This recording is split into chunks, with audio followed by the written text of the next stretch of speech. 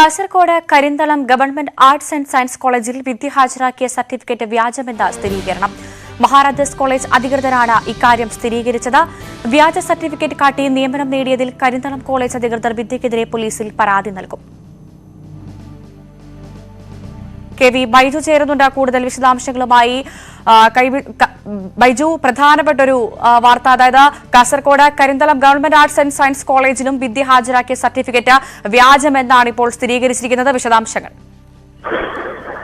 Bhavya, 2022 June മുതൽ 2022 March വരെയാണ് ഈ കരിന്തളം ഗവൺമെന്റ് കോളേജിൽ ഗസ്റ്റ് ലെക്ചറായി വിദ്യ ജോലി ചെയ്തത്. ഈ ജോലി ചെയ്തത് മഹാരാജാസ് കോളേജിന്റെ വ്യാജ സർട്ടിഫിക്കറ്റ് ഉപയോഗിച്ചാണ് ഇപ്പോൾ സ്ഥിരീകരണം വന്നിരിക്കുന്നു. ഇത് സംബന്ധിച്ച് മഹാരാജാസ് കോളേജ് അധികൃതർ തന്നെയാണ് കരിന്തളം കോളേജ് അധികൃതർക്ക് ഇത്തരത്തിലുള്ള സ്ഥിരീകരണം നൽകിയിരിക്കുന്നത്. എന്തായാലും 2 വർഷവും മഹാരാജാസിൽ പഠിച്ചു എന്ന സർട്ടിഫിക്കറ്റാണ് വിദ്യ ഹാജരാക്കിയത്. അതായത് 2018 മുതൽ 2021 വരെ മഹാരാജാസ് കോളേജിൽ പഠിപ്പിച്ചു എന്ന ഒരു സർട്ടിഫിക്കറ്റ് ആയിരുന്നു ഇവിടെ ഹാജരാക്കിയത്.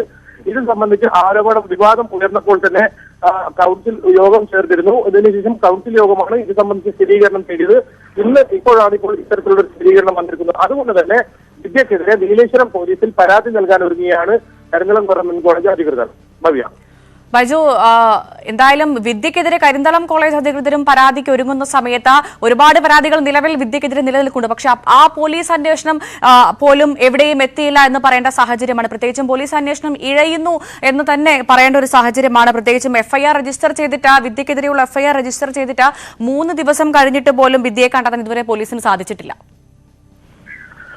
തീർച്ചയായും. എന്തായാലും ഈ കാര്യത്തിൽ ഏറ്റവും പ്രധാനം ഇവിടെ ജോലി ചെയ്തു എന്നുള്ളതാണ്. 2 വർഷം ഇത്തരത്തിൽ വ്യാജ സർട്ടിഫിക്കറ്റ് ഉപയോഗിച്ച് ജോലി ചെയ്തു എന്നതാണ് ഏറ്റവും വലിയ ഗൗരവകരമായ കാര്യം. അതുകൊണ്ട് തന്നെ ഈ കാര്യത്തിൽ പ്രധാനമായും നീലേശ്വരം പോലീസാണ് ഈ കേസ് ഇനി അന്വേഷിക്കുക. അത്തരത്തിൽ കോളേജ് അധികൃതർ പ്രിൻസിപ്പൽ ഇൻചാർജ് ജെയിംസ് പറഞ്ഞത് അല്പസമയത്തിനകം നീലേശ്വരം പോലീസിൽ പരാതി നൽകുന്നതാണ്. എന്തായാലും പോലീസിൽ പരാതി നൽകിയതിനു ശേഷം തുടർ നടപടി ഉണ്ടാകും.